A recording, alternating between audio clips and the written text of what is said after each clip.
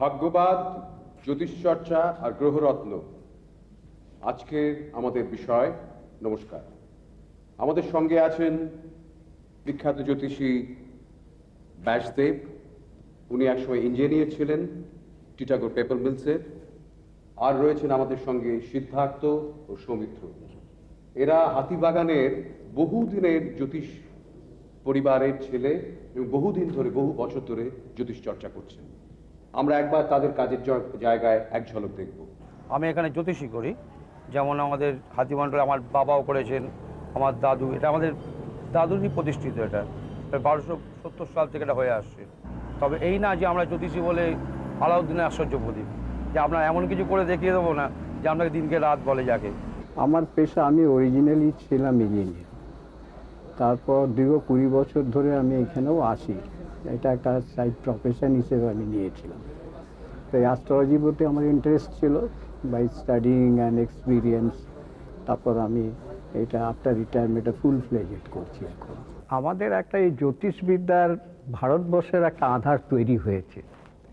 এই আধারটা তৈরি হয়েছে বহু প্রাচীন। প্রায় আমরা যদি অথর্ববেদ, পুরাণ যদি দেখি, তখনও দেখা যায় এই জ্যোতিষচর্চার প্রচলন ছিল এবং তার থেকে কিছু ভবিষ্যৎ জিনিস আমরা ইনফ্যাক্ট করি। তা একটা দেখছি যে এত বছর ধরে যে জিনিসটা চলে আসছে, তো সত্য কিছুদিন স্থায়ী হয়, কিন্তু সত্য বহুদিন স্থায়ী হয়, সত্যই, কিন্তু একটা ফলস জিনিসকে কিছু বহুদিন চলে না, মাথায় কোথাও ব্রেক হয়ে যায়। তা এইটা যে 3-4 হাজার বছর ধরে চলে আসছে, একটা সত্য জিনিস চলে, এর মধ্যে কিছু একটা ট্রুথ আছে। এবং এই ট্রুথটাকে আমরা কি দেখি যে আজকে পৃথিবীর সভ্যতায় চীন, ইজিপ্ট, ভারতবর্ষ, যেখানে নদীর ধারে সভ্যতা গড়ে উঠে, দেখছি এই astronomical, as above so below. এইখানকার মানুষ আর ডিফারেন্ট কালচার, ধর্ম থাকলেও একটা ব্যাপারে তারা কমন, যে অ্যাস্ট্রোনমিক্যাল গ্রহ পরিবেশের সাথে ওরা ভাগ্যকে কিছু ইকুয়েট করেছে। অ্যান্ড সব মোরালেস সব জায়গায় দেখছি একটা কমন একটা অ্যাসপেক্ট আসছে। যদিও চীনে নদীমাতৃক সভ্যতা পাকিত এখন চীনে বা ইজিপ্টে এটার কিছু চর্চা নেই, কিন্তু ভারতবর্ষে অ্যান্ড ওয়েস্টে কিছু কিছু জায়গায় চর্চা চলছে এবং নিশ্চয়ই কিছু মিলছে বলে লোক এক্ষেত্রে আকৃষ্ট হচ্ছে। তো এই জ্যোতিষবিদ্যার সঙ্গে গ্রহরত্নের কি সম্পর্ক?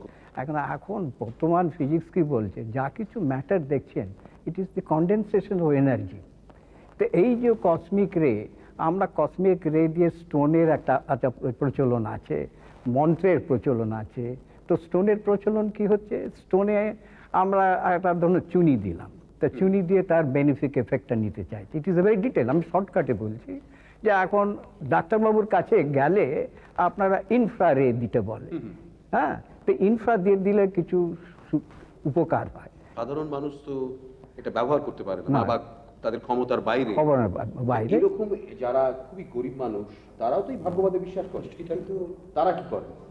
তারা ধরুন কবস্তাবিজ পুজো পাঠের উপর আসে। আমরা যেটা বেশি বিশ্বাস করি, মানে আমরা প্রাচীন কাল থেকে যেটা চালিয়ে আসছি, এবং গ্রহরত্ন প্রচুর খরচ সাপেক্ষ ব্যাপার।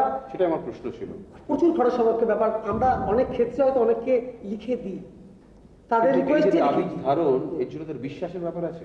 হ্যাঁ, নিশ্চয়ই বিশ্বাসের ব্যাপার ছাড়া কি তাবিজ ধারণ করলে তার কোনো এফেক্ট হয়? কোনোদিনও এফেক্ট হবে না।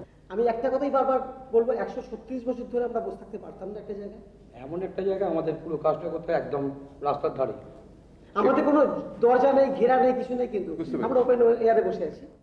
পাথর আমরা কোনো বিক্রি করি না। আমাদের যেটা বিশেষত কবচটাই আমরা বা পুজো পাঠের উপরই, সেটার উপর আমরা সাকসেস করার চেষ্টা করি। দেখুন একটা কথা, এটা একটা তর্ক বিতর্কের ব্যাপার। আমরা এখন রত্নের দোকান প্রচুর, সেখানে যদি আমি বলি যেহেতু আমরা আদিমান্ড রত্ন দিই না, সেক্ষেত্রে লোকে বলবে আমি রত্ন লিখেছি কথা বলছি। আমাদের যে শাস্ত্র অনুযায়ী, তো আমাদের শাস্ত্রতে দেখা যায় যে অ্যাস্ট্রোলজি আর জেম, তো জেম ধারণ করাটা তো আমাদের বহু আগের থেকেই চলে আসছে। আমরা যদি এখন পুঁতি খুঁজি, তাতে দেখছি 3000 বছর আগেও শ্রীকৃষ্ণ বৈদর্যমণি নিজে ধারণ করতেন, যেটা আমরা আজকালকার দিনে বলি ক্যাটসাই। তো এই অ্যাস্ট্রোলজি এবং ক্যাটসাইটা অনেকে একটা ইনফারেন্স আছে যে শত্রুজয়ী, এই টাইপের অনেক জায়গায় অনেক রকম এখন দেখা গেছে যে আপনি কেউ বলে যে আমার সবুজ জামা পরলে একটা, বাট জেনারেল কমন সেন্স, আমার একটা হলুদ পরলে আমি খুব ভালো একটা রেজাল্ট পাই। তো সেই হিসেবে this is a colour vibration. এখন এই জেম নিয়ে বহু রিসার্চ হয়েছে। গ্রহরত্নতায় বিশ্বাসী নয় এই কারণে, একটা গ্রহরত্নর দাম মিনিমাম এখন দাম ধরুন যে কোনো রত্নই 5,000 টাকা 6,000 টাকা নিচে হবে না।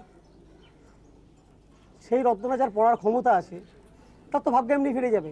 যদি তাকে 4টে স্টোন পড়তে হয় 40-50 হাজার টাকা খরচা, সেই 40-50 হাজার টাকা যার খরচা করার ক্ষমতা আছে তার তো ভাগ্য বিবেচনা খুব কমই ঘটবে। সে নিশ্চয়ই 5 লাখ টাকার মালিক হবে মিনিমাম, তবে সে 50 হাজার টাকা স্টোন করতে পারবে। ভাগ্যবাদ আর যুক্তিবাদের দ্বন্দ্ব লড়াই সভ্যতার আদি পর্ব থেকে। আমাদের মধ্যে আছেন আজকে শ্রী শুভেন্দু চট্টোপাধ্যায়, প্রখ্যাত অভিনেতা, তিনি বোধহয় যুক্তিবাদী মানুষ, আর রয়েছেন সমাজবিজ্ঞানী শ্রী ঘোষ। প্রথমে শুভদাকে আমার একটা প্রশ্ন। শ্রী ব্যাসদেব উনি তার পেশায় ছিলেন ইঞ্জিনিয়ার থেকে উনি পরবর্তীকালে জ্যোতিষচর্চা আরম্ভ করেছেন। ফলে বিজ্ঞানের লোক, তিনি জ্যোতিষচর্চায় এসেছেন এবং উনি মনে করেন যে বিজ্ঞানের সঙ্গে জ্যোতিষচর্চার সম্পর্ক রয়েছে, যেটা কসমিক এনার্জির কথা উনি বলেছেন। তা তোমার কি মনে হয় যে জ্যোতিষচর্চা একটা বিজ্ঞান? না না, আমি শুধু ওনাকে প্রথম প্রশ্ন করব, শ্রী ব্যাসদেব আপনার আসল নাম কি? আমার আসল নাম হচ্ছে রঞ্জন লাল সরকার। রঞ্জন লাল সরকার। আপনি ইঞ্জিনিয়ার ছিলেন? ইঞ্জিনিয়ার। কোন কোম্পানি? Titagarh paper mill. তো আপনি রঞ্জন যে নামটা ছিল তার থেকে ব্যাসদেবে এলেন কেন, কি কারণ? ছদ্মনামটা নিলেন কেন? ছদ্মনাম আমি যখন এসেছি আজ 20 বছর আগে, so I was a employer of the Titagarh paper mills. এখন যদি আমি ব্যাসদেব হিসেবে যদি আরেকটা প্রফেশনে কাজ করি, তো this is not wise enough to. তার মানে দুটো প্রফেশন আপনি একসঙ্গে রান করতে পারেন না বলে নামটা পাল্টে নিয়েছেন? না, একসাথে মানে অফিসিয়ালি রান করতে পারি, মানে আনঅফিশিয়ালি রান করার জন্য পাল্টে নিয়েছি। না, কিন্তু তুমি কি মনে করো? না, আমি বলছি এই কারণে উনি যে বললেন যে কসমিক রেজ, সেটা আংটির পাথরের মধ্যে দিয়ে গিয়ে চামড়ায় গিয়ে সেখান থেকে শরীরে ঢুকে একটা এ করে। কসমিক রে বলতে আপনি কি বোঝাচ্ছেন? এই মহাকাশে whatever is there in the wavelength, in the wave form, সেগুলো হচ্ছে কসমিক এনার্জি। এখন একটা যদি রামধনু দেখেন আপনারা, ইউ ফাইন্ড দ্য ফাইভ। রামধনু কসমিক নয়, কসমিক মানে আমাদের পরিমণ্ডলের বাইরে। ঠিক আছে, কসমিক রে করকম আছে আপনি জানেন? আমার কথাটা ফিনিশ হোক। বলুন। আমার কথা রয়েছে যেটা রামধনুক যখন দেখেন, তারপর দিয়ে যখন ফ্র্যাকশনাল আমরা 7টা রং দেখি, এই 7টা রঙের বাইরে যে আদার রং আছে, ভায়োলেটের এদিকে আল্ট্রাভায়োলেট আছে অ্যান্ড সো অন। আপনি যেগুলো কসমিক রেজ বলছেন, whatever energy persists in the universe, those are cosmic energy. Those are heat waves. Whatever is going in the cosmic, they are in the wavelength. সব cosmic raise গুলো এখানে আসছে। Everything is coming. আবহাওয়া পরিমণ্ডল আছে, হ্যাঁ, যেটাকে আমরা বায়োস্ফিয়ার হ্যাঁ, ইংরেজিতে। হ্যাঁ, তাতে দুটো ভাগ আছে, স্ট্র্যাটোস্ফিয়ার আর অ্যাটমসফিয়ার। এবং সেটাতে আবহাওয়া এমনভাবেই আছে এবং এমন গ্যাস আছে, তার সঙ্গে মেঘ আছে, ধুলো আছে, যে কারণে বাইরে কোনো জিনিসই ঢুকতে পারে না এক্সেপ্টিং 2, 3, 4 থিংস। একটা হচ্ছে সূর্যের আলো ঢোকে, লাইট আসে, লাইট মানে ফোটন পার্টিকেলস আসে, রেডিও ওয়েভস আসে, আর আসে সেটা হচ্ছে নিউট্রিনো বলে কতগুলো পার্টিকেল আছে, যেগুলো এত ফাইন যে সে ওর মধ্যে দিয়ে চলে আসে এবং পৃথিবী ভেদ করে চলে যেতে পারে। এগুলো প্রমাণিত সত্য। তো এর বাইরে আপনি কি এক্সপেক্ট করছেন? 7টা রঙে যে ভাগ হচ্ছে, ওটা তো নিউটনের থালা অনেকদিন আগে দেখিয়ে দিয়েছে। তো ওই 7টা রঙের নিয়ে তো আলো আসছে না এখানে। না, 7টা রং নিয়ে আসছে না। পাথরটা কি ওটাকে ডিভাইড করে দিচ্ছে? না, ডিভাইড না। when you are born, আপনি যখন জন্মাচ্ছেন, that the moment of birth, তখন আমরা মোমেন্ট অফ বার্থ বলি, নট এ হ্যাপাজার্ড টাইম বলি। সেই মোমেন্টে যে সময় আপনি যে মুহূর্তে আপনি জন্মাচ্ছেন, জন্মগ্রহণ 3 রকম ভাবে হয়। সেটা হচ্ছে মায়ের গর্ভে একটা হয়, দ্বিতীয় হচ্ছে মায়ের গর্ভ থেকে বেরোবার সময়। আমি মায়ের গর্ভ বেরোবার সময় 3টে পার্ট আছে। বেরোবার সময় যখন হেড শো করে, তারপর বেবিটাকে টেনে বার করা হয়, থার্ড ফেজে নাড়ি কাটা হয়, ফোর্থ ফেজে হচ্ছে। আমরা যদি ওই কমপ্লিকেশনসে যাই, it is a very big discussion, it will come to a very long discussion. অঙ্কটা ডিফিকাল্ট হয় না, অঙ্ক ডিফিকাল্ট না। উই হ্যাভ টু, আপনি জন্ম মুহূর্ত বলতে কি বোঝান? জন্ম মুহূর্তে, as soon as the baby comes out of the mother womb, we take it as a joy. About 30 minutes to come out. The last part when it comes, ভূমিষ্ঠ হয় না, আমরা কসমিক থেকে রুদেশ হচ্ছি। এইবার বলছি যে মোমেন্ট অফ বার্থে আমরা কি দেখছি, যে সব গ্রহ নক্ষত্র যারা আছে, they are sending the rays, তারাও কসমিক এনার্জি পাঠাচ্ছে এবং you are mold with those energies. কিছু শর্টেজ হতে পারে, আপনার যে একটা এক্সিস্টেন্স হচ্ছে, এটা হচ্ছে উইথ দোজ কসমিক রেজ। আপনি এখানে এই ফরমেশনে আসছেন, তার থেকে আমরা বলি যে কসমিক রেড অ্যাক্টস। আমি তো গোড়ায় আপনাকে বলছি কসমিক রেড বলছি, যেটা আপনি বলছেন সেটা ধারণাটা ভুল। সেটা হচ্ছে যে আমাদের এই বায়ু পরিমণ্ডলের মধ্যে বেশিরভাগ জিনিস আটকে যায়। তো আইনস্টাইন সূর্যের আলোর শোনো, উত্তাপে যদি আসতো, হ্যাঁ, সূর্যের আলোর আসল যে উত্তাপটা, হ্যাঁ, সেই উত্তাপটা করোনার যে উত্তাপটা সেটাই প্রায় 4000 ডিগ্রি হ্যাঁ, সেলসিয়াস। হ্যাঁ। সেই আলোর যদি সেই উত্তাপটা পৃথিবীতে আসতো, পৃথিবী পুড়ে ধ্বংস হয়ে সেই আলো তো আসে না, তার আগে স্ক্রিন হয়। কসমিক রের বোধহয় 7টা রং আছে বলে না, 7টা রং না, এভরিথিং। আমি যে কথা বলছি, this goes in the cosmic, সেটা একটা ওয়েভলেন্থে যাচ্ছে, দ্যাট ইজ অ্যান এনার্জি। বলছি যে কসমিক রে তো সব জায়গায় আছে নাকি, মানে কসমিক রে মহাজাগতিক রশ্মি সব জায়গাতেই বোধহয় আছে না? সব জায়গায় আছে, এই জায়গাতে আছে, এই জায়গায় আছে, সেই জায়গায় আছে, সব জায়গায় আছে, সব জায়গায় আছে। আচ্ছা, এটা যে শোষিত হয় বলছিলেন না, হ্যাঁ। এই কসমিক রেটা স্টোনের মধ্যে দিয়ে শোষিত হচ্ছে, শোষিত এই হচ্ছে, বলছেন এই আপনি। বলছি। আর আপনারা যখন মন্ত্র দিচ্ছেন তখন তো স্টোনের মধ্যে দিয়ে শোষিত হয়ে ভাগ্য পাল্টাবে কি করে? না, আমাদের মন্ত্র মাধ্যমে এটাই অ্যাকচুয়ালি আমরা রেপ বলতে যেটা আমরা কোনো রেপ হ্যাঁ। এতে যাই না। আমরা এটা বলি কর্মস্থান। একটা মানুষের ভক্তি শ্রদ্ধার মাধ্যমে কিন্তু আমরা মনে করি কোনো গ্রহকে জয় করা যায়। আপনি আমার খুব বিরূপ হয়ে আছে, আপনাকে যদি সম্মান করে আপনাকে নত হই, আমার মনে হয় আপনি আমার প্রতি অতটা বিরূপ হবে না। তার মানে গ্রহের কিন্তু একটা তার মানে মন আছে। হ্যাঁ, মন। হ্যাঁ, আচ্ছা, আচ্ছা। কারণ আমি সেটাই মানে গ্রহের মন না থাকলে সে কি করে তুষ্ট হবে? এমনি আপনারা যে জ্যোতিষ চর্চা করে একজনের অতীত, বর্তমান, ভবিষ্যৎ সব বলে দেন, সেটা নিশ্চয়ই একটা বিজ্ঞান আছে আপনাদের কাছে, যেটা আমরা জানি না ঠিক মতন। সেটা হয়তো বিজ্ঞান না থাকলেও একটা বহু প্রচলিত তথ্য আছে, তথ্য আছে। যেরকম তন্ত্র তো একটা অতি জটিল শাস্ত্র। তন্ত্রকে এখনো বোধহয় আমরা সব পরিপূর্ণভাবে জানি না, কারণ অনেক ইন্টারপ্রিটেশন রয়েছে। নিউটনের কথা দিয়ে তো কয়েকটা আমার প্রশ্ন হচ্ছে না, আমার প্রশ্ন আমাদের বিতর্ক বেশ জমে গেছে। আসলে ব্যাপার হচ্ছে আমরা আলোচনা করছি যে একটা বিজ্ঞান মনস্কতা থেকে দেখা, আরেকটা হচ্ছে প্রচলিত ধারণা থেকে, তাই তো? মানে আপনি যেটা দেখছেন প্রচলিত ধারণা, বা উনি যেটা দেখছেন সেটা বিজ্ঞানের প্রমাণিত সত্য থেকে দেখছেন। অ্যাকচুয়ালি ভাগ্যবাদ আর যুক্তিবাদের তর্ক বেশ জমে উঠেছে। তা আমি শ্রী ঘোষ, আপনি তো সমাজবিজ্ঞানী, আপনাকে একটা প্রশ্ন করতে চাই। অনেক মার্ক্সবাদীকে আমি দেখি তারা হাতে আংটি পরে, অথচ তারা তো দান্দিক বস্তুবাদে বিশ্বাস করে, এটা কেন হয়? মানুষ তো সমাজের বাইরে না, প্রত্যেক মানুষের মধ্যেই সমাজের আশেপাশে মানুষদের একটা প্রভাব পড়ে। আমাদের এখানে যখন ছোটবেলা থেকে একটা মানুষ আস্তে আস্তে বড় হয়ে উঠছে, তখন সে দেখছে যে আশেপাশের মানুষরা মামা, কাকা, দাদা, বাবা, বন্ধু বান্ধব সবাই আংটি পরে, পুষ্টি করে, ঈশ্বরে বিশ্বাস করে, হ্যাঁ, এই সমস্ত দেখতে দেখতে একজন বড় হতে লাগলো। মানে ধর্মীয় অনুশাসন, হ্যাঁ, সমস্তগুলোর মধ্যেই যখন বড় হচ্ছে, সেটাও তো তার মাথায় ঢুকছে। সে দান্দিক বস্তুবাদটা মোটামুটিভাবে একটু হয়তো শিখলো, কিন্তু তার থেকেও বেশি প্রভাব নিঃসন্দেহে আশেপাশের পরিবেশে তার যাদের মধ্যে রয়েছে তারা তার দ্বারা প্রভাবিত হচ্ছে। কারণ যদি এরকম হতো দান্দিক বস্তুবাদের প্রভাবটাই সবচেয়ে বেশি আসতো, তাহলে এগুলো কখনোই থাকতো না। তারপর এটা বলছেন এক ধরনের সাংস্কৃতিক প্রভাব। হ্যাঁ, অবশ্যই। এবং ওনার দান্দিক বস্তুবাদ সম্বন্ধে যতখানি ভরং আছে ততখানি বিশ্বাস বা আস্থা নেই।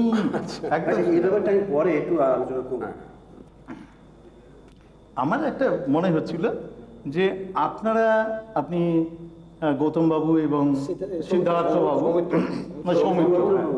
সিদ্ধার্থ, আচ্ছা, সৌমিত্র বাবু এবং সিদ্ধার্থ বাবু, আপনারা তো যেভাবে একজন মানুষের অতীত, বর্তমান, ভবিষ্যৎ বলে দেন, সেটা তো নিশ্চয়ই জন্ম সময়ে একজন মানুষ যখন জন্মালো তখন গ্রহ নক্ষত্রের অবস্থানগুলো কি এটা ভেবে একটা এটা ধরে নিই, লগ্ন থেকে তার দ্বাদশ ভাব বিচারটা প্রথম কথা বিচার করা, সেটা ব্যাপারটা কি, মানে একজন মানুষ যে জন্মালো সেই সময়কার গ্রহ নক্ষত্রের অবস্থান অনুযায়ী এবং তার যে লগ্নটা, লগ্ন মানে চাঁদ যেখানে, তনু না, তনু মনের ভাবটা, লগ্ন মানে হচ্ছে লগ্ন যে তনু ভাবটা, দেহ, এই দেহ ভাব থেকে আমাদের দ্বাদশ ভাব বিচার 12টা ঘর গোনা।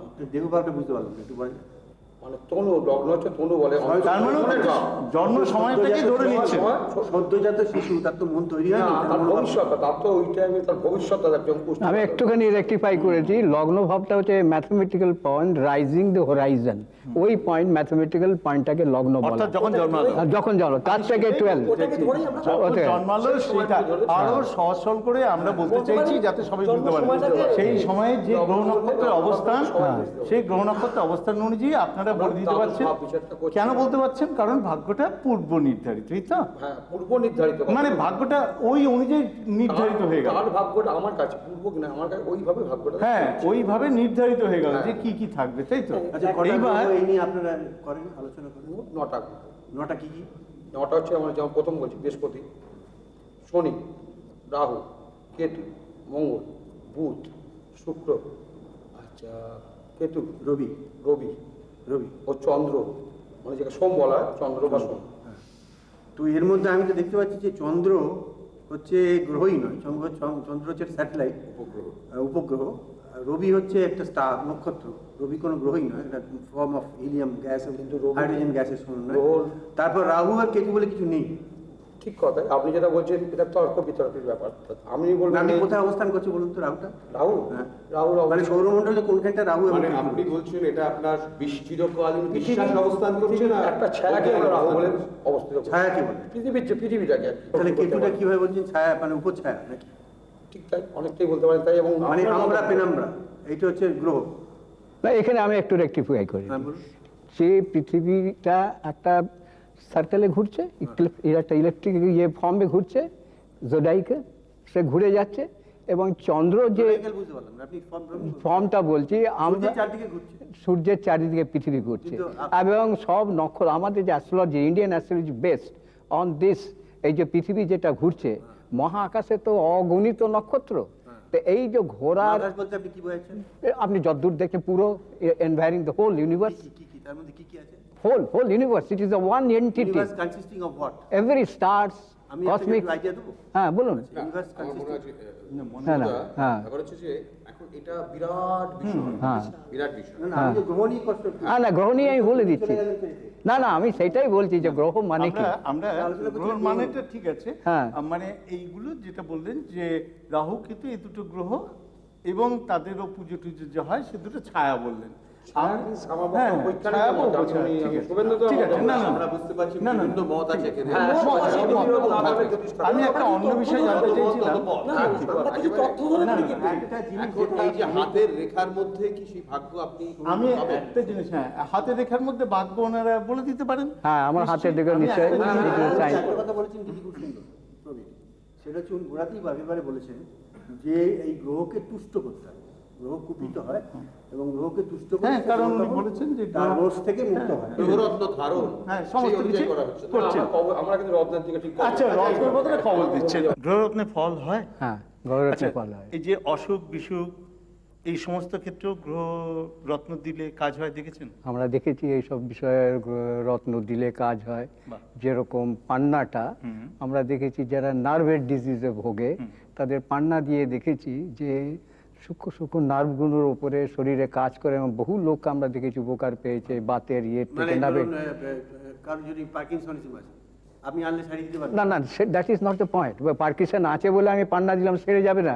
ইট অ্যাক্টস। আপনি যদি খুব টেনশনে ভোগেন, ধরুন আপনি একটা বাড়িতে গ্রিন লাইট জ্বালিয়ে কিছুক্ষণ বসে থাকুন, না সেটা না, আমরা দেখি জার্মানিতে, সারাতে গেলে এটা অপর্থ হবে। না এইটার কি বলবেন যে জার্মানিতে ওরা একটা পান্নাকে হাই রেগুলেশনে ঘোরাচ্ছে, তার মধ্যে দিয়ে রেস পাঠাচ্ছে, এবং সাইন্টিফিক স্ক্যানে দিয়েছে যে সব চোখের ভেতরে যে নার্ভসগুলো আছে সেগুলোকে সতেজ করছে।